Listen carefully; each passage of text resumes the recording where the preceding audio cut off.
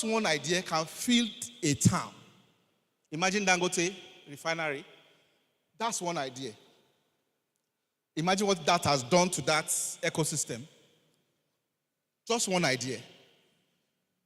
And that's in its own, in that scale, very, very daring. For someone, a Nigerian, with all the negativities that you see around, to say, I am going to build a refinery that is going to cater for 230 million people. That is beyond feeding himself. That is beyond feeding his family. That is thinking about the people. Thinking about solution instead of complaining. So I anchored my speech today on the 3 R's. And I'm going to speed it up so that we'll have time to take to write things. So 3 R's, which represent recognizance, renaissance, and rebel. Recognizance, renaissance, and rebel. From complaints to solution. Reimagine the Nigerian entrepreneur. Before now, like I said, we have been built up to think subsistently. Like, when you think of, like a farmer, you go to your farm with hoe and cutlass. The idea is that just grow enough to be able to feed your family. You understand? And that is the way we think as entrepreneurs. We want to just be okay. We want to just get by. The vision is not big enough. So we have to change that narrative. I was sharing with my class the other time that people think America is all what you see about America now because of America. No, it's because of the people in America. The companies in America makes up America. They are the ones that influences policy and everything that you see. Anything that you know about America is because of an entrepreneur. Either in film, in sports, in real estate, in infrastructure, in agriculture. Anything that you know that qualifies America to be first world, those things are made by people, ordinary people that have very big dreams. So what kind of things are you dreaming about? Are you dreaming to perhaps feed yourself and your family alone? Are you thinking about your local government? Are you thinking about state? Are you thinking about your country?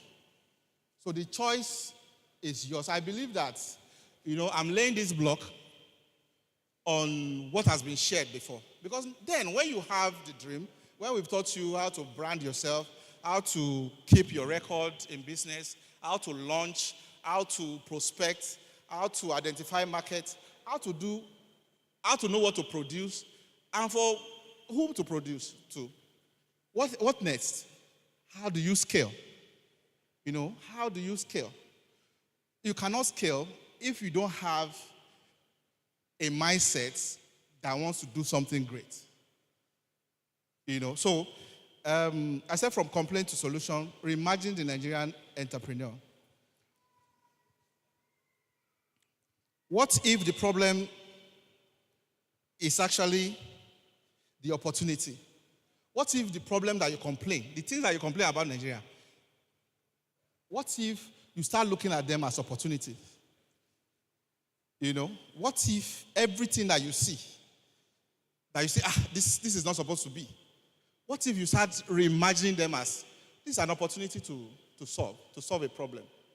This is an opportunity to produce this. What can I do about this? So think about that. What if the problem is actually an opportunity? How many of you have plans to leave Nigeria? That's another thing. Sometimes, if your plan is to exit, so whatever happened to us, it doesn't matter to you. I've realized that the moment you start to think of to escape Nigeria, in fact, you start seeing all the bad news about Nigeria. It's natural. Once you open your Facebook, you see bad news. And you say, hey, it justifies your mindset. I need to go. There's nothing to do here. I just need to go. So is that your plan? Is that your scale? Is that how you want to scale? You want to scale out? Is that what you are planning as an entrepreneur? Just raise a little cash and leave us. It's not a bad plan, but we'll get there. And how many of you want to leave because Nigeria has become too difficult to build a meaningful future in? I understand the feeling, and I felt the frustration too. We complain about bad roads, unreliable power, unemployment, insecurity, corruption, poor healthcare, poor education, bureaucracy, and a system that sometimes seems designed to make simple things difficult. Is that the general way you see Nigeria? I believe so. We are in the system together. Everything is difficult. But today, I want us to consider something uncomfortable. What if some of the problems making us want to live are the very problem our generation has been called to solve? I used to refer to Ukraine whenever I'm making speeches like this. Do you know that people are still in Ukraine? You understand? Nigeria, we have, insecurity, it's a major thing, but it's not us. But people are still in Ukraine, defending their country. I know you say what to defend, but let's move on. The first of the R's, recognizance. You cannot solve a problem you have normalized. So what kind of problem have we normalized? What kind of problem do we see every day? And we have normalized to say, this is a Nigerian factor. We cannot change anything about it. So you have learned to join the problem or to solve it for yourself. Our first problem isn't necessarily a lack of idea. It has we have become accustomed to problem. Nigeria has many things that should work the way we do, but because we grew up seeing them, we have accepted them as normal. So poor infrastructure, for instance, one of the reasons why some of us want to do real estate is because of infrastructure. We say, I cannot be complaining about my neighbor not having a proper drainage. Let me build the community. You understand? I cannot be complaining of this street, we don't have street lights. Let me build a community with street lights. Are you not solving the problem? You are solving the problem. So it depends on how you see things. Poor infrastructure, we are the ones to upscale our infrastructure. If you have 10 developers there and we all have fantastic estates, is that not infrastructure? Most of the clips you see about America, they are not government projects. They are not. I said, the way you see things, that is what I'm here to attack. You understand? Poor public transportation. Poor public transportation. What the military has done to us is to make us believe that it is government that will give us everything. And they did that to distract us. An average Nigerian will say, Shebi, we have oil. We have crude oil now. But we don't look further. How many barrels are we producing? How many barrels? How many barrels have we leveraged loans on? How many do we have left? Then, what's our population? Then compare to other countries that have crude oil. Then you know that you don't have anything. You understand? At least you don't have the level of what you think you have. But the military have done it. You know what they did? They keep giving you subsidy. So that, you know what is called subsidy? You want to go to hospital, there's a place for socialism. But when you subsidize everything, there won't be growth. So for instance, I want to come and set up a plant here, power plant, to give you 24 hours light. Because I know that government with their bureaucracy, blah, blah, blah, attitude to work, it will not work well. But I want to set up a plant. I want to give you 24 hours light. But on the other side, government is giving subsidy on power.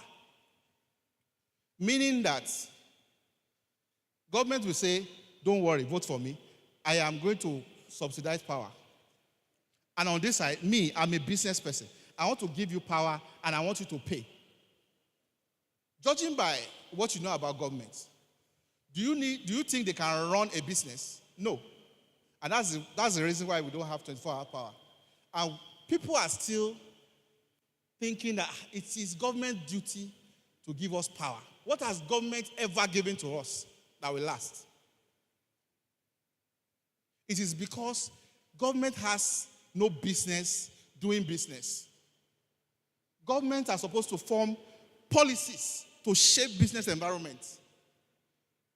They have no business. Anytime you see a facility that you go to and they say, this is government, it's free, it's because it's government, it will soon shut down. They have no business in business. They are taking your job. They are not allowing you to be creative. You need to be the solution provider. Government needs to make sure that we don't cheat one another. That is they are referees. They are referees. Poor public transportation, unreliable electricity, housing deficit, waste management, agriculture, insufficiencies, poor access to finance, poor education, healthcare access. These are things that we mostly look on to the government for. And I am saying these are things that you should be looking onto yourself. If you say you play in education, think of having the best school. If you say you provide infrastructure, think that I am going to be the one solving. Somebody is solving the problem of electricity in Aba. One person. Batinaji, right? Solving the problem in Aba environment. One person. And now they say the government of Aba is giving them 24 hours. Abi, you've heard it in the news. Abi, Abia State, right? But one person, it's just one person. How many things do we complain about every day? Everything that we complain about could actually be the business that you should be starting. Why is Nigeria like this? Entrepreneurs should ask, what can I do about this?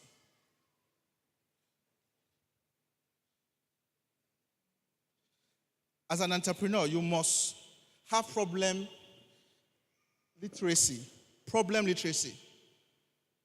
In fact, the next generation of entrepreneurs needs to develop problem literacy. Then what is problem literacy? It is the ability to look at an environment and identify unmet needs. Someone sees traffic, an entrepreneur will go like, why does transportation work this way? What can I do about it? Someone sees a farmer struggling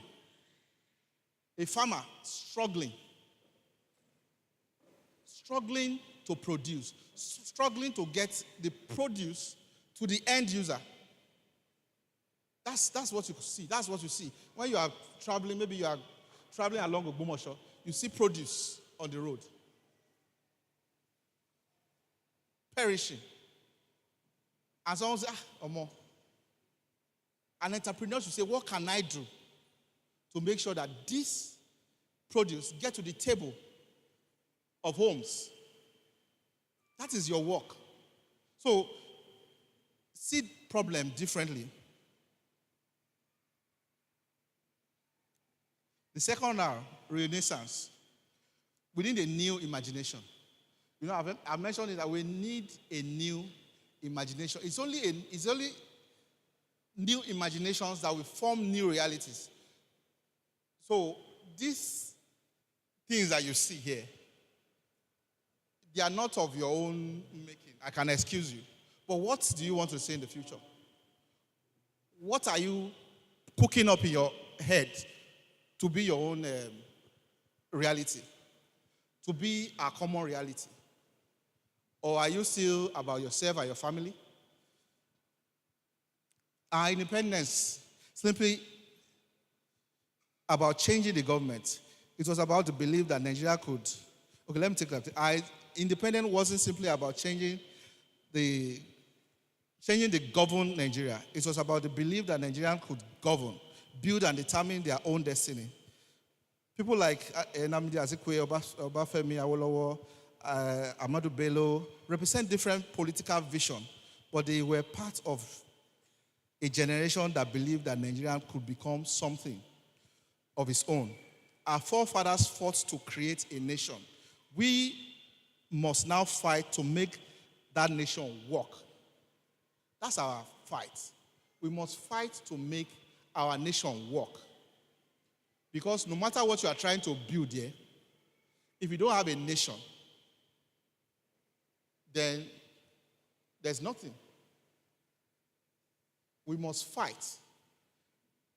And by all means, if you want to check the age range of people that fought for independence, you know that there are people like us, almost age, they were youth. So what are we fighting for? What kind of Nigeria do we want to see? Is it Nigeria that, we end up complaining? Is that what we are fighting for? We can do a lot. We can build technologies as our new realities.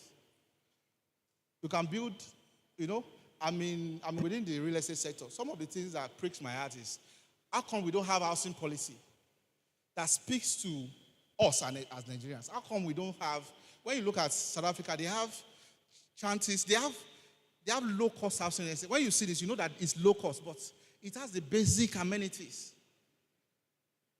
How come we don't have that? So it's a challenge. What material can we use to have because the kind of low-cost housing they are talking about now is a mirage. There's nothing like low-cost in Nigeria yet. Because every aspect of construction is very expensive. So what are we doing about that challenge to say, how can we build as Nigerians? How can we build mass housing using homegrown solutions without treating our people? When you say low-cost housing, you see that they don't have basic amenities. How can we build with all the amenities? That should be something that we ponder about. It's the same thing, creative infrastructure, then renaissance. The discovery of confidence in our ability to create. Do you believe as Nigerians you can create? Do you believe you can start a business here and people in China will order from you? It has to change up here. Are you building for your community or you are building for the world? One thing I noticed about the Americans is that if they are going to have event centers, they have event centers that will cater for the world. So they call it maybe New York, something international something. Because they know that people will come. Do we have that mindset?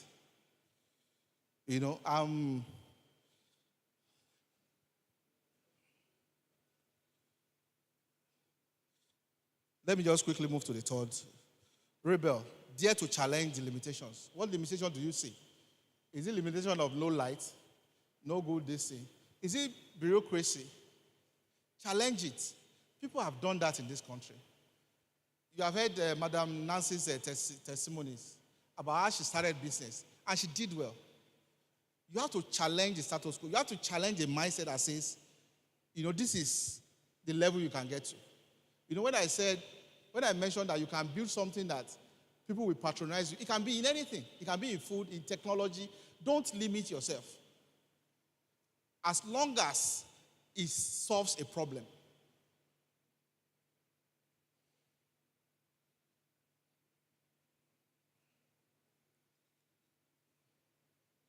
So I said dare to challenge the framework. Dare to question. Why must this thing be done this way? Why can't we do it the other way? What happens if we try another? How can we create something that works? Solve problems. Solve problems for 10 people. Increase it to 100 people. Increase it to 1,000 people. But identify a problem and start solving it. I noticed something recently. I noticed that Nigeria is probably the dirtiest country in West Africa. Most likely the dirtiest. Is it government fault? The dirtiest. The fact that people cannot wake up in the morning and just sweep. The fact that everybody wants to be big man. It's a problem that I've seen. That it's almost even turning to a cultural problem now. The fact that everywhere is just dirty. And the resultant effect, you see flood everywhere. It's a challenge. We must rethink our realities as Nigerians. And the conversation that I started there is not about Japa. It's about having the mindset before you go. You are going, yes, you want to improve your skill, you want to get new ideas. You are coming back to build a nation that we are going to be proud of. Your kids, if you go abroad, your kids or they will ask you, why did you leave? Eventually, what are you going to tell them? You left because it was convenient. Or you understand? So you have to have the mindset. I'm going abroad though, or I'm staying here. The goal is I want to build a better society that the generation unborn can enjoy. Where you are going to, some people sacrifice for that.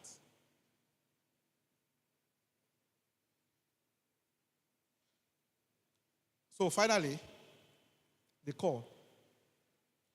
Recognizance see problems differently. Renaissance believe again that Nigeria can be built solutions. Nigerians can build solutions for Nigeria. Rebel challenge the visible and inherited limitations. The Nigeria we complain about today was inherited from previous generation. The Nigerian we complain about tomorrow will be the one we fail to change today. The question is, what problem are you going to solve? What business? It's not what business are you going to start. It's what product are you going to launch? No, let me take that again. The question entrepreneurs should ask is not what business are we going to start, not what product are we going to launch, but what problem are we going to solve? What problem are we going to solve? We must dream bigger. We must innovate. We must become employers and not only employees. We must become creators and not only consumers. Most importantly, we must become a generation that believes Nigerian problems are not evidence that Nigerians has no future. They are an invitation to create that future. So when people say on social media, Nigeria has no future, you are to create that future for Nigeria. Thank you very much. Please, can we celebrate Mr. Kinduro better, please? And celebrate yourself as well for sitting till this time, gleaning from knowledge. Come on, put your hands together for yourselves.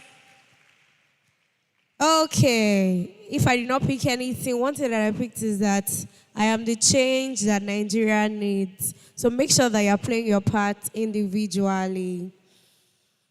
Moving on, we are going to be having a panel session. I know we have heard from very resourceful persons this afternoon, and now it's time to ask them questions that have been bothering your mind. Please make sure you go straight to the point. And to moderate this panel session is an entrepreneurial-minded data professional and community leader that is based in Lagos, Nigeria. She holds a BSc in Entrepreneurial Studies from FUNAB, where she served as the first female faculty president of Colensa. She founded TAE Tech Academy, training aspiring analysts in Power BI, SPSS, SQL, and Excel. She also supports healthcare initiative, Patient Safety 101 as a virtual assistant. She co-organizes large-scale entrepreneurship events, and she's a writer. Ladies and gentlemen, please, with a round of applause, to welcome Esther Ayomide Oyedeji as she pilots this part of the event this afternoon. Thank you. Thank you so much. Good afternoon, everyone. Good afternoon, everyone. So I want to believe we are having a nice time learning from different speakers from here. So I remain Esther Oedejin, and as she has said, I'm a data analyst and also I'm a business introvert. So moving on, we are moving to the panelist section now, and I'll be calling on our speakers. Sorry. So I'll be calling on the speakers for this panelist section. And the first person I'm going to call on is Mr. Olaiton Akinduro. Can we jam our hands together?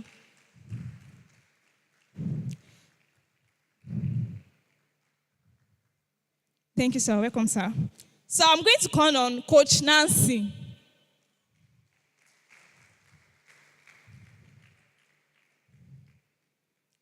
And the last person I will be calling on is the convener of this event. So, and I want us to jam our hands together as we welcome him to the podium, Mr. Tolu Ayetun.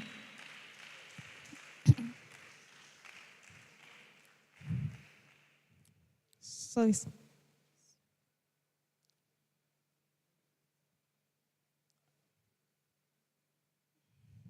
All right. So, thank you so much for this opportunity. Thanks so much for this opportunity. I really appreciate it. It's a privilege, sitting here and interviewing, asking questions from these honorable people. Thank you so much, sir. And also to Mr. Mr. Akin Shuku. Thank you so much. So now we are moving to the question aspect. And I'll be asking us question based on life experience, and also as an entrepreneur that we are, a real estate person that we are. I'm going to be asking us question, and I believe that everyone will listen attentively to learn from you. So the first question I'll be asking is for Mr. Ayedun. So now, as a young CEO in property development, what habit keeps you disciplined when project does not move as fast as planned? Okay. Let me say that for us, the kind of the nature of the business we do requires integrity, and that is one of the things that keeps your business going. If you lose track of that, you are outside of the business. And so that is how you can get clients. That is how people can entrust their things to you. That's how people can entrust their property to you. For example, people who want to invest in your business needs to be able to trust you, because that's the nature of the business that we are. Okay, thank you so much for that response. Really appreciate, ma'am. So now I'm going to be asking Coach Nancy this question. And it's actually based on, being a business person, and, you interact with different people in this field, and you have knowledge about clients and how to win customer. So the questions goes like this. What's one shift you tell every client that makes before you can help them scale? So I'm going to ask the question again. What one shift you tell every client they must make before you can help them scale? I don't know if you get the question, ma. Do you get it? Oh, sorry, ma.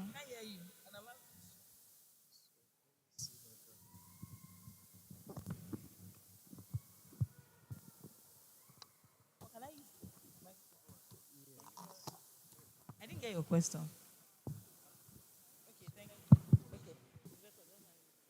I didn't get your question. Okay, sorry about that. So I'm going to ask the question again. Okay. What one shift you tell every client they must make before you can help them scale? Now, you've met with people, you've met with clients. We have different clients that comes to you for consultation, they ask questions. So what's one thing that you tell them that make the shift on what makes them to scale up in business? What makes their business to grow up? Okay, so one main shift that I would like every business owner to hold dearly is The power of numbers. The power of numbers. I can't overemphasize it. For you to get results, you need to pay attention to your numbers. For you to scale, your data is very important because your data, your numbers says the whole thing.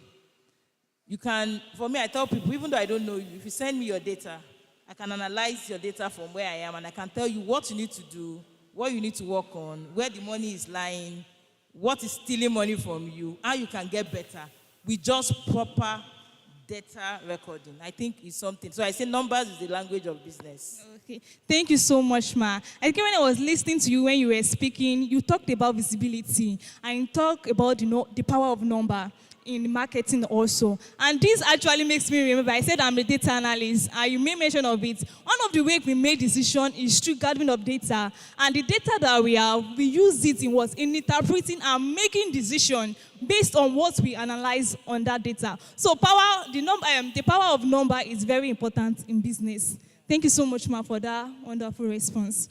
So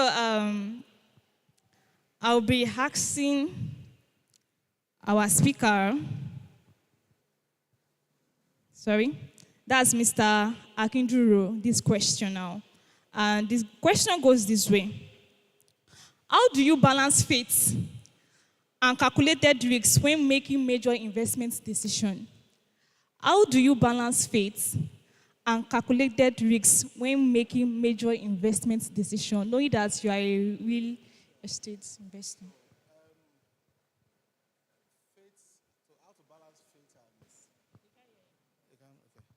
So how I balance faith and making business decision, for me, what works for me basically is the fact that I go at every decision I want to make as if I don't. Okay, let me rephrase that. In our, risk abound in our sector, and sometimes what you think you know will fail you. So the backbone of the decision that I make is the extent of, my reliance on God to help me make such decisions. So when I make such submission, people will say, how does God come into the mix?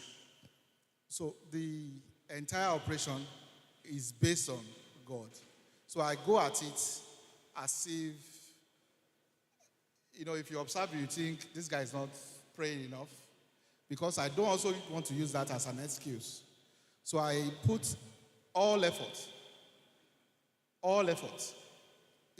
Yes, you say your normal prayer, but I put all effort, thinking that I'm waiting for God to stop me. So it's always a battle between myself and God. If it's not strong enough to stop me, then you understand, He has to stop me. So for instance, I was about to make a certain land purchase recently, and I was stalling, in my spirit. It looks good, everything looks good, and I was stalling. So I usually leave a certain vacuum for God. So I do my due diligence, I follow up, I call, I pray. But I'm still like, God, if you have to stop me not to do it. And after deploying all my experience, somehow, God did stop me. So for instance, we have scheduled a meeting, we are going to close the deal. Okay, just come and take the check. But before I go into this land, before I give you the check, before you go to bank to cash this check, I am going to go in with bulldozers, So I'm going to go in with bulldozers. I'm going to work like 2 days before you get your money. Wisdom. So in between, so I just realized that their mood started changing. And these guys have been calling me for like back to back 2 months. But at that instant, I just believe that, let me just, and that's me. So it doesn't matter what is about the land. Once God is not, I believe He will stop me by Himself. But I don't go about my business saying, some people will say they won't do anything. They won't do anything about it. They will say they are praying. I believe God will meet you at the journey. If you don't need to do it, He will be the one to stop you. You will see that this is God. But that you will be in your home and say God is the one restricting you in your own house. I don't know. Thank you. So can we jam our hands together? A round of applause. Thank you so much, Dad, for that great response. And he says something that makes me remember the scriptures that says that I can do all things through Christ that strengthens me. And also, he says something about prayer before going out. In fact, if he wants to go and meet clients, he has to pray. So, and the scripture say that as many are led by the Spirit, they are the sons of God. So, there is no way you are dealing with business and you don't involve God in it. Thank you so much for that great response, sir. So, before we move on, if you have any question, you can write it, you can pen it down and send it to the protocol so they can bring it here. And also, if it's a question you can stand up to answer, you are in. So let's move on to the question that I have with me here. So this question goes to Coach Nancy. Okay. In your experience in coaching businesses to grow, what's the most common habit that quietly kills growth without owner realizing it? Now, I'm going to ask the question again. In your experience in coaching businesses to grow, what is the most common habit that quietly kills growth without owners realizing it? Okay, thank you so much. So, the summary of what kills business that the owners don't realize it is lack of structures and systems.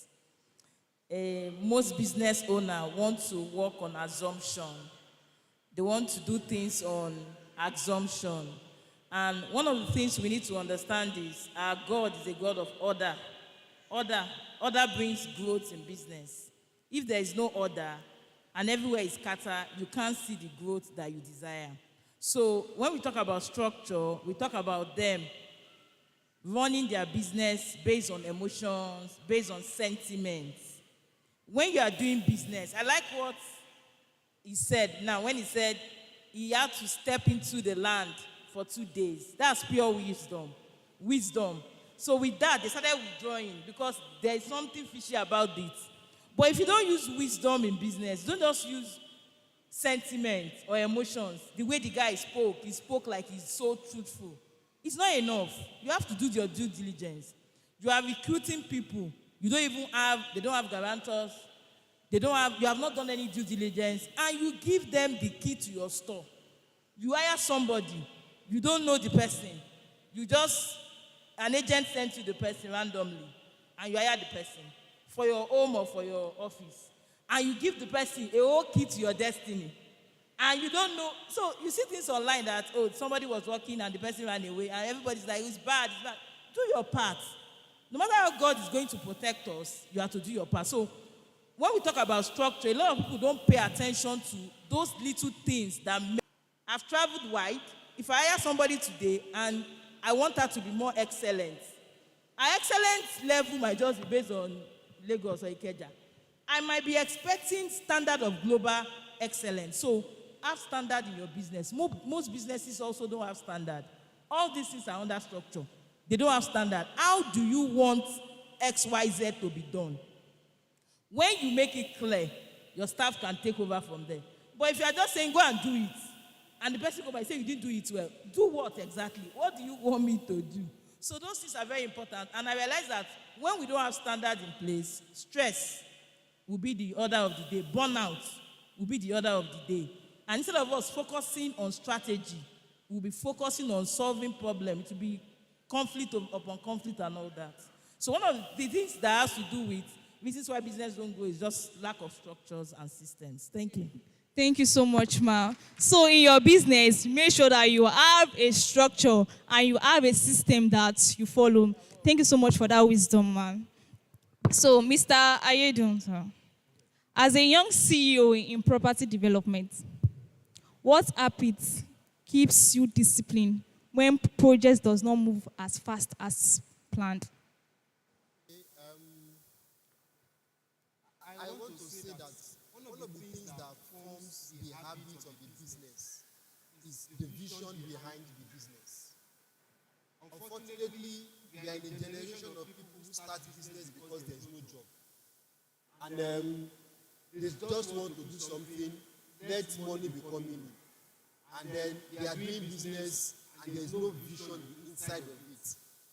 And you see, the fact that there's no vision inside of it makes it difficult to put strategy in the business because you don't even know the problem you are solving. And if you don't know the problem you are solving, how can you know how to solve the problem?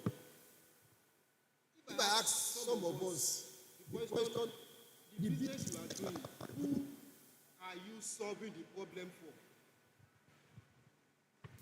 If I ask some of us the business you are doing, who are your customers? You discover that you actually don't know your customer because some people will say, is everybody. If your answer is that everybody is my customer, then you are not in business. Because everybody cannot be your customer. You need to have people that you are, even if you are a fashion designer and you are sewing for ladies, even if they are for ladies, what type of ladies are you sewing for? If you say I'm sewing ladies wear, because all of these things determine the habits, how you begin to run your business. So first for me is the vision. The foundation of every business is the vision driving the business. And so if you don't have any vision driving your business, you suddenly discover that even yourself, you begin to burn out. It will look as if you are doing more, and then there is no results even in your business. So we must first of all go back to the drawing board and begin to look at why am I in this business? Because the why is actually what pushes you to be able to go further. So even when you want to back out, even when you are feeling like I am tired, because there is a vision, because you know that there is something you want to solve. So no matter the challenge you are going through, and let me even say that it is inside the challenge that the money is. And that's why I like Nigeria. And I tell people, if I want to travel out, I just want to go and enjoy and come back to Nigeria. And because the problem you see in Nigeria is money you are seeing. Every problem you see in Nigeria is money. Once you solve that problem, you will be paid for it. And so it is vision. It is when you begin to see the problem you are solving. And those are the things that begin to now push you. So you don't even see obstacles, as it were, because something is driving you. And that thing will make you to see every obstacle as an opportunity to scale. Thank you so much for that wonderful answer, sir. Thank you very, very much. So I'm going to move to the next speaker, which is Mr. Akinduro. So this question goes to you, sir. With your years of leadership experience, what strategic mistake young entrepreneur commonly makes that you've learned to avoid? So, what I see mostly amongst young entrepreneurs is, we are highly distracted. Like you mentioned, the issue of vision. In an industry like real estate, sometimes you don't even know why you are there. You want to just get land, sell land, make money. You understand? And because so person is doing like 10 different projects, you also want to jump on the bandwagon and say, it looks good on your name when you say this guy started last year. Within 2 years, he has 10 estates sold out. So distraction in the sense that, if you have a very solid vision, you will know before you even embark on the journey that comes. This is why I'm in this space. Real estate has a lot of value chain. So when I see people just holding on to one aspect of it, it's because of lack of vision. And you cannot have vision if you're highly distracted. You know, like even if your vision is solid, you still need to you still need to guard your heart, guard yourself. Because each time you go to social media, you see that this is the in thing now. Even in your sector, this is why they are making money now. This is what they are doing to make money now. Before you know it, so part of the thing that I shared in my class was the fact that as a young entrepreneur, you must have a razor sharp focus on what you are doing, whatever it is that you have chosen to do. But before you choose anything to do, look at how can I scale this? For instance, I want to start selling, let's say I want to start selling this fan. So I want to start selling 10 per month, 20 per month, 100, 1,000. You know that 1,000, you are no longer thinking of this location. You are already branching out. So if you don't see that vision play before you start, it will limit you. Then, if another person comes and says, this is your journey, I don't think you are serious. So this is where the money is now. There's tendency for you to say, let's go. But if I've seen myself with my vision board, having the ability to sell this and make billions, it will take enough for you to, make me deviate from my vision. You understand? So let your, I said dream very big. Your vision too has to be very detailed. Sometimes when I am engaging people that, how much do you hope to make in your sector? And I see people, they are afraid of numbers. It shows that you don't have big vision. So if you don't have big vision, you'll be distracted. I've not seen anything that will take me out of real estate. People have tried it. But before I chose real estate, believe me, I've done several things. So that is why I'm telling you, not to be jack of all trades. It's trendy. You do everything. Your business card. No space for everything. You do everything. You can't do everything. You cannot do everything. If you solve one problem well, it's enough. But solve it well. Have a big solution. Solution that you can look at and say, this is what I do. I tell people, tell me how you are going to make $1 billion from this. And if you throw any idea now, thank God for Madam Nancy. They are good with the data. But because some of us started from the streets. So we believe that, just give me any idea. Is it photography? Is it that you want to do bakery? Is it that? Then I can tell you that this is going to make $1 billion if you do it like this, like this, like this. But if you are afraid of the numbers, if your vision is not clear, then there will be a problem of distraction. And that is why you see jack of all trades. That is why you see the person that wants to, your doctor is also selling rice. Okay, sir. So, God forbid sickness. Will I call the rice seller or the doctor? You are convincing us. So, if I check your timeline, what I see most times is distraction. Don't be distracted. Do one thing. But before you settle for one thing, do your research. Know that this thing that you are settling on is able to carry everything that you need, within it. It's able. You need to do it. Then, maybe later, we can then talk about why everything should not be about money. But at this stage... Thank you so much, sir. Thank you for that advice now. So now we'll be entertaining questions from the audience. If you have questions, can you identify the first two people? Questions from the audience. All right, ma'am. Okay, you can...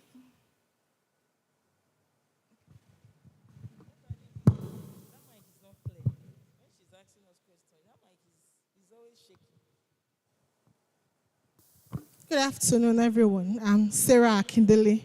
Thank you to all the panelists for sharing from your wealth of experience. My question goes to Mr. Akinduro. You said something now that just struck me. You said a doctor selling rice. And we've been talking about having multiple streams of income. As you all know, the economy of today your salary cannot take you home. As professionals, I'm a professional, a health practitioner, and I also do a lot of things. My question is this. I have a passion for real estate. I'm into real estate also.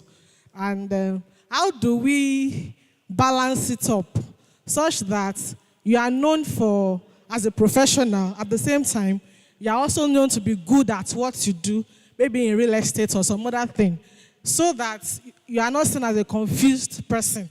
How do you balance it and people will still see you as being focused, you are good at your profession, at the same time, you are also doing well in your business enterprise? Thank you.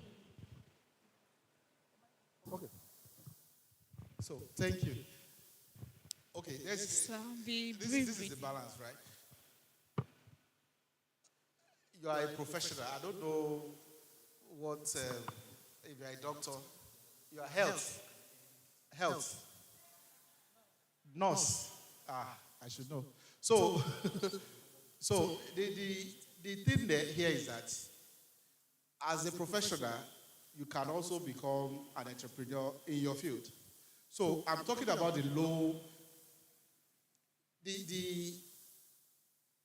for the people that are into business full time, it is more difficult when you are distracted.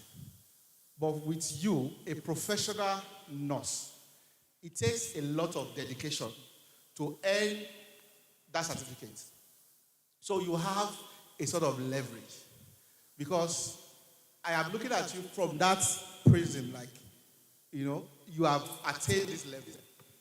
You understand? So I see you more as an influencer. You understand? I see you more as an influencer, judging by what you have attained in your field. To say, okay, you are doing, but most of our entrepreneurs, they have never ventured, they have never done anything. So they are coming on a plain slate. They've never been trusted with money before. You understand? And yet, you are still confusing me. You understand? You are confusing me with different offerings. But for her, she has attained a level of, it takes a lot. You go to university, you do this, you do that, you have that. You can even start stylishly moving your people to real estate. But ultimately, at the end of the day, how do you scale? How do you scale as a nurse when we have to give way eventually? So the journey from now to then, could it be that it's also being hindered by your present work? You understand?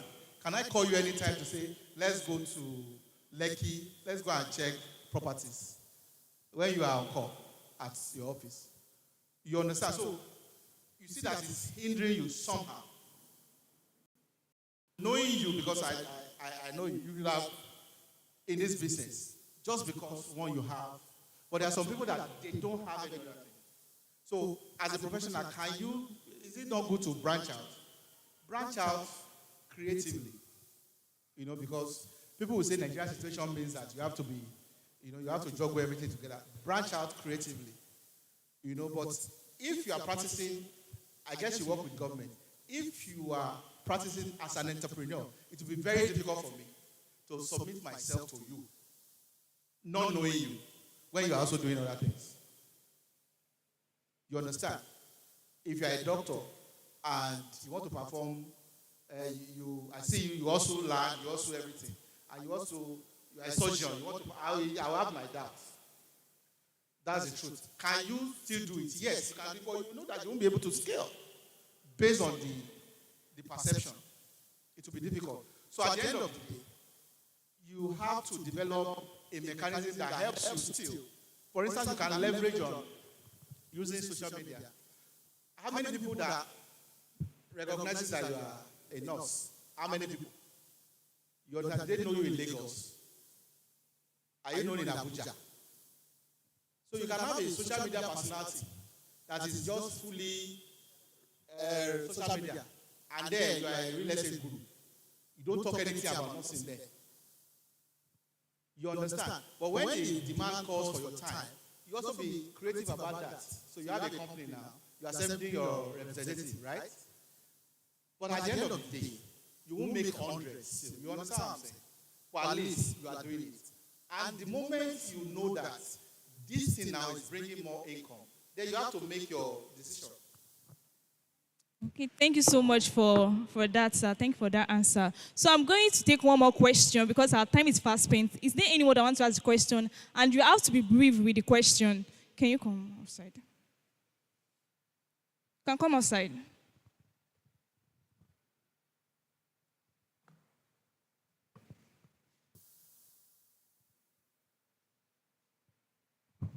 All right. Thank you so much, sir. Thank you so much. My name is Emmanuel Ifeanyi. So I want to ask, based on from the aspect of real estate business, you know, definitely now you discover that there is a high rate of competition in the market. There is high rate of competition, like companies comparing or competing with one another. So everybody really want to sell out their product without wanting to partner with you to sell yours. Yes, yes. So in this case, and let's say you have a product, because the reason why I'm asking is there is an estate our company is currently selling. Now, we really wanted to work with other real estate firms to sell out this. But nobody is willing to actually partner with the company to sell without thinking of, once it's not coming to me directly or it's not coming from me directly. So as a business, my real estate business, how do you, what are you supposed to do in this scenario? How do you push out this your business? Are you going to isolate people because they don't want to partner with you to sell your business? Or is there a way to actually convince these people to work with you or partner with you to get the business done?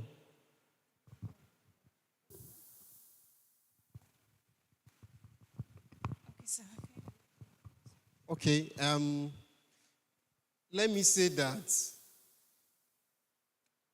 there are some, I don't want to fully 100% agree that there are no companies that want to partner.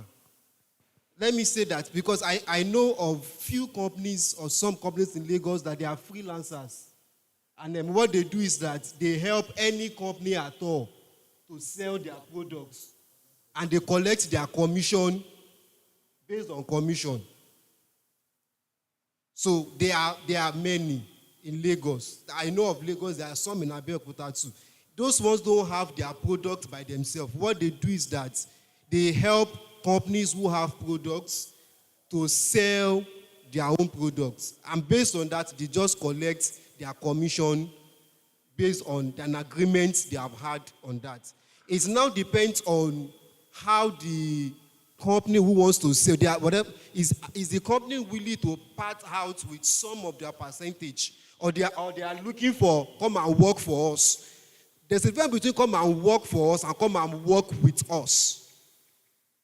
If it is come and work for me, most people in real estate don't want to work for, but they can work with you. So we have plenty people who want to work with, because real estate business is more of commission based. And so because it's commission based, they know that if they don't sell, they are not entitled to receiving from you. And so we have quite a lot of people you can engage who are out there looking for people who have products, genuine products, because that's even the major thing in real estate. We have plenty of people who wants to sell. It's the genuinity. It's the genuinity that is even... So if some people are running away, maybe they are not even sure your product is genuine. Do you understand me? But if your product is, the credibility of what you are selling is as important as anything. If your product is credible enough, there are a lot of companies out there waiting. We call them freelancers. They are out there waiting, and that's what they basically do. Thank you so much, sir, for that. Okay, ma'am. Another thing you need to look out for, who are you trying to partner with? Is it somebody that is already established, that does not even freelance at all? Because I've experienced this in the past. There are some people, they are already stable enough. When you are trying to freelance with them, they are not ready. Because one, your percentage might be too small for the person they are. And for them to put their brand on you, they know that it will give you high credibility. So you will either go and research how much kind of commission you want to give that class of people for them to even consider to partner with you. So you need to look at that. Because I'm not doing real estate anyway, but for those that I understand distribution. So one thing you also need to understand is there are people that are available. They might not have the capacity to influence for you well. There are some people that are already established that will just say, I don't want to sell. I don't want to sell your product, because they know me just bringing your product to the market, I will just give you a good score. Because of that, they want to withhold their credibility away from you. And if people don't want to partner with you, you have to also do what we call investigate what the market is saying about your brand. Clarify that you are credible. You might be thinking, I'm a credible person, I don't lie. But what is the perception of the market or your colleagues to you? Then you try to fix those perceptions, and it will help you move. And for the other, I want to add to the other lady too that when he talked about don't be focused, he was not talking to professional when he was talking to entrepreneur. One thing we need to understand as entrepreneurs is the fact that if you are not focused, you can't make good money from a business that you are not focused on. You can make change. You know what is change? I can just spend it and go. But if you want to make good money, you have to be focused on a business. Understand the skill required. Gather the experience. Do it well. The Bible says, whatever your hand findeth to do, do it with all thy might, and you do it well. Then when you are stable, then you have systems, you have structure. You know, even though I'm not there, money will come in. You can start diversifying. A lot of people are diversifying too early. And when you diversify too early, for instance, I like to use when you want to cook 2-3 soup together. You want to cook egusi, okra, and you are trying to cook the 3 at the same time. Confusion will just, in fact, you will miss the okra and egusi together. Except you will wait. You cook this one, cook this one, cook this one. But I still know that there are some people that have 5 talents. There are some people that have 2. There are some people that have 1. Identify who you are. Can you work with 5 different brands at the same time? I tell people, most times, before you go and chase your rice, I'm talking about entrepreneur now, not professional. As a professional, you are doing that business like side hustle to augment. So if the business scale and make you good money, you can make a decision to say, oh, it's something I can decide to focus on, like you said. But you are still doing it by the side. So you just need to create time for that business, market it at the right time, make what you can make. But for an entrepreneur, if you are doing 5, 3, 2 business at the same time, I will tell you, one of them will be suffering. One team must suffer for one. And anytime you move towards this one, before you come back, everybody has gone. All your colleagues, they are in front. So you now need to sit down to say, which one do I want to build now? Sit on it. Build it. Once it's established, you can step out. For like 11 years, I didn't do any other business. Not because I'm somebody with 5 talents. I just focused on telecom, and it gave me money. And I was there. And the whole industry know that I'm there. They cannot throw me away. I am there, I'm seen, I'm known. And I was making money. And when I was ready to start, when I got ready, I wanted to start diversifying. I stepped out easily. And my business was running. I was still making money. I started building other businesses.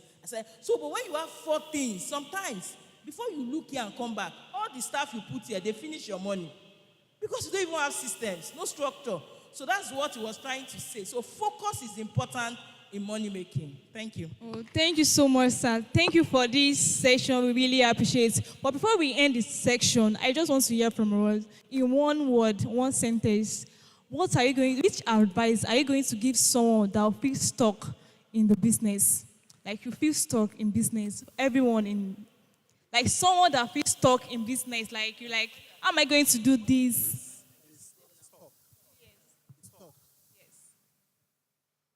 How Okay, do if due to you feel economics someone that and feels stuck, yes. yeah, I want to say it's a feeling. So you feel stuck. That does not mean you are stuck really. And you know, we we mentioned the issue of having a clear-cut vision. Maybe not too clear, but at least you have a vision that you can start with. So if you are feeling stuck, several things must have happened to your vision. So you go and revisit your vision board. What has changed? For instance, the things that used to be the in thing before COVID, after COVID, things change. So you have to revisit and you have to recalibrate. So what I tell people is, as a business person, you are an entrepreneur. You do not, don't try and be flexible. Flexible along the line of your vision. Not that you are throwing your vision away, but you are flexible. You understand what I'm saying? Your flexibility should be such that you can rethink a process. You can say, okay, this was what I was looking at, but policies have changed. What can I do to still remain relevant? So like I think, visit your vision board, look at things that most times when people say they are stuck, it's always about money. You understand? So you have to revisit your vision board. Why are you not making money? What happened to your products? What happened to your, a lot. You can't, when you're talking to a business owner, you only hear like a quarter of the story. You don't know. So if I tell you go and check, I don't know if you have correct staffing. I don't know if you have the branding. I don't know what you have, really. But sometimes in Nigeria, I think we downplay the usefulness of professionals. And we also throw around names to say I'm this, I'm that, without really, knowing really what we are doing. You understand? So we want to learn on the job, which is good. But at the instance of you feeling like stuck, you need to have a place that you go to clarify your vision, to get refreshed, to reassess yourself, and say if you should still be on this track, or you want to, realign yourself with the present reality, or you have to unstuck yourself. You understand? In a way, you are not making sales. There are several things that could have caused that. You are not, it could even be you. Maybe you've not refreshed yourself in terms of your knowledge. There are several things that could cause that, but call it a feeling first. It's not that you are stuck, because we are spiritual people. And before you know it now, your mouth will start to tell your brain something that is not the reality. When you say when you are stuck, there could be that, you are not even saying the proper things. Have it that, okay, what I'm feeling right now is, I have this vision, these are what I want to do, but I feel that I need help. I need help to navigate this path. If I'm able to get out of this, sometimes you outsource your weakness. You say, this is where I want to get to, and I need this. For instance, the age of speaking in front of camera and doing this, maybe that has taken over your field, and you don't know how to do it. So you have to partner, learn, but some people, but learn or you outsource. When you outsource, you just see that you are able to unstuck yourself and move on. Thank you so much, sir, for that wonderful response. So thank you for this section and thank you for coming out. Really appreciate it. I thought you said you want to take all of us one. Just, okay, very brief, ma. Okay, so for me, if you are stuck, go back to God, number one. Go back to God. And number two, I think majorly what is affecting us in this age is distraction. There's so much distraction out there. And comparison can get you stuck. When you start seeing people going ahead, you're like, I'm still here. It can even discourage you from doing your own task. So try as much as possible to shut down distraction. It will help you in your job, in what you want to do. And don't forget this, knowledge is the new gold. Knowledge is the new gold. Keep learning. Like he said, you need to just Sometimes it's just for you to sit in this room, just get yourself back to where you used to be, and you can restart yourself and just fire back again. So when you realize you are stuck, get conversation with people that have open mind, that can bring you back to where you are. And sometimes I realize that when you are stuck, is also sometimes you are deviating from what you are supposed to be doing, your call. So when you are deviating, your inner mind you will be stressed. There's something that you need to work on. And when you align back, you just realize that to start moving. So that's it. Thank you. Thank you, ma. Okay, thank you so much, sir. I really appreciate your time. Thank you so much. Can we give them a round of applause as they walk back to their seats? Thank you. NEC 2026. Hey, you guys. You're amazing. Let's do that again. NEC 2026. Oh, yeah, shift your neighbor now. Oh, yeah, now. I hope you all have gained insight so far, and indeed, you have received knowledge that will help you to shift in your businesses, right? Are you sure? So one more time, can we say a big God bless you to Mr. Tolu? Say God bless you. And to our wonderful panelists and speakers, a bigger God bless you. And at this point, I'd like to bring up Mr. Tolu to come round off this very beautiful event.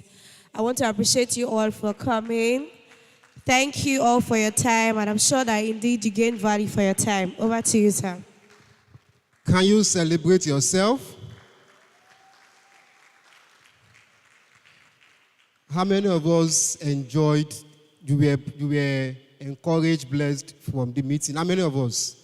How many of us? Okay. Please, if you are with a book, I want you to write down these questions even as you leave. I want you to answer them at your various home. So the first question I want you to answer is, what specific problem am I solving?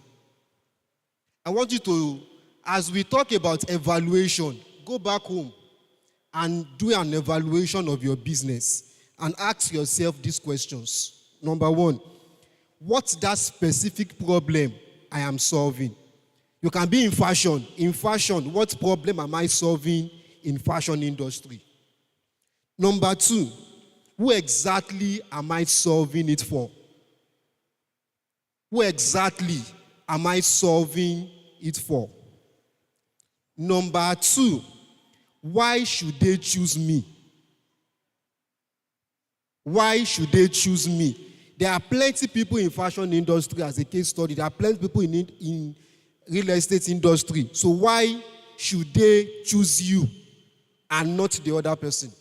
I want you to go back home and look at these questions.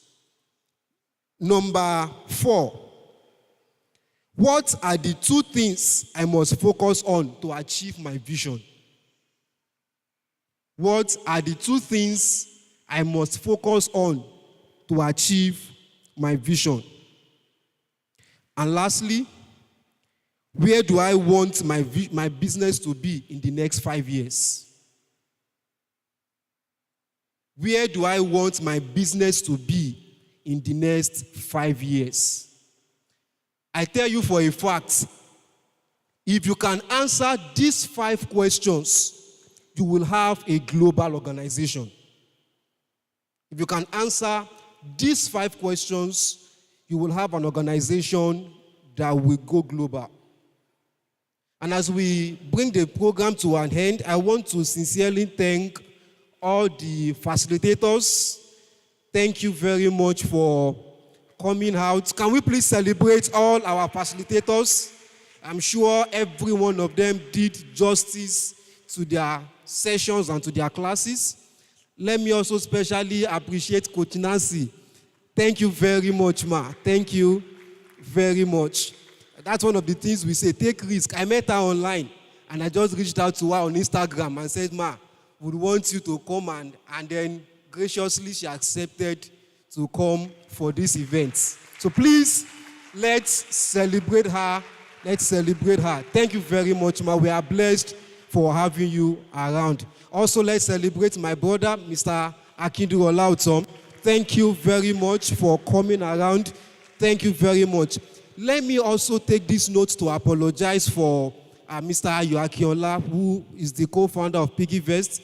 He was supposed to be part of this conference. We had, what happened was that the initial date we had was 22nd for the conference. We changed the date, we communicated it to their team. Unfortunately, they didn't pass the information across. So they were working with 22nd, but we have changed the date to 8th. And he had an event. The book he wrote, they are doing the launching today. So there was a clash in all of those things. So that's the reason why he couldn't make it. If not, he would also have been here. That's why he also gave us the book, just to compensate his not coming for them, because his heart was actually in the meeting. So can we also celebrate him in Assemsia for also giving us books to give out to our participants? That book, each book cost about 7,000 naira. So anybody that has that book is holding 7,000 naira worth of books. So please, let's do well to appreciate. So we also want to thank our partners who have also partnered with us. We want to specifically thank the Navolet team. Can we celebrate the Navolet team? Thank you very much. Also, can we celebrate the Church Ibarra Christian Center? They gave us this venue for free, gave us everything we are using for free. Please, we appreciate the leadership of the church for this opportunity they have also given to us. Also, let's celebrate God's Will Homes and Projects that have also partnered with us. We also want to celebrate the voluntary club. Those ones are the ones who helped us in our all the usherings, all the online activities you've been seeing. They've been the one at the back end doing all of those things. So please, can we also celebrate all of them? We also take out time to celebrate Mr. Olatunji Olukunle, who also have been a strong support for this conference. Please, can we also celebrate him? And also, lastly, please, can you celebrate yourself for coming for this conference? Thank you once again. Let me also say that, just to announce that immediately after this conference, we want to embark on a 1-year mentorship program. And we want to make it free, even though it's going to be very strict. Because we understand that everybody, once something is free, people can want to abuse it. Attendance in the classes will be very, very compulsory, even though it's free. And the course content we take, we have branding, we have how to systematize. We keep hearing them talking about pull structures in your business, pull systems in your business. So we have a course curriculum on how to put business structures in your business. We'll be talking about marketing, about the business law, because every business you want to do, there is a law behind every business you want to do. We're talking about joint ventures. You want to partner with somebody. How do you partner? And so it's a 15-course curriculum, and it's going to be free for 1 year from next month down to when we'll be having the next conference in August. So can we also celebrate all the team who will also be doing that? And so please, let's do well. If you have not, I'm saying this, that if you have not also taken out time to register, please do well to register at the registration stand, because we'll be using the lists to compile. We already have a WhatsApp group so that you can also be added to the WhatsApp platform where the sessions and everything will be going on. Also, please, for those of us who have taken pictures, let's do well to use hashtag NEC2026. As you are posting the pictures, just use hashtag NEC2026. This will help us to be able to get all the pictures, all our video content,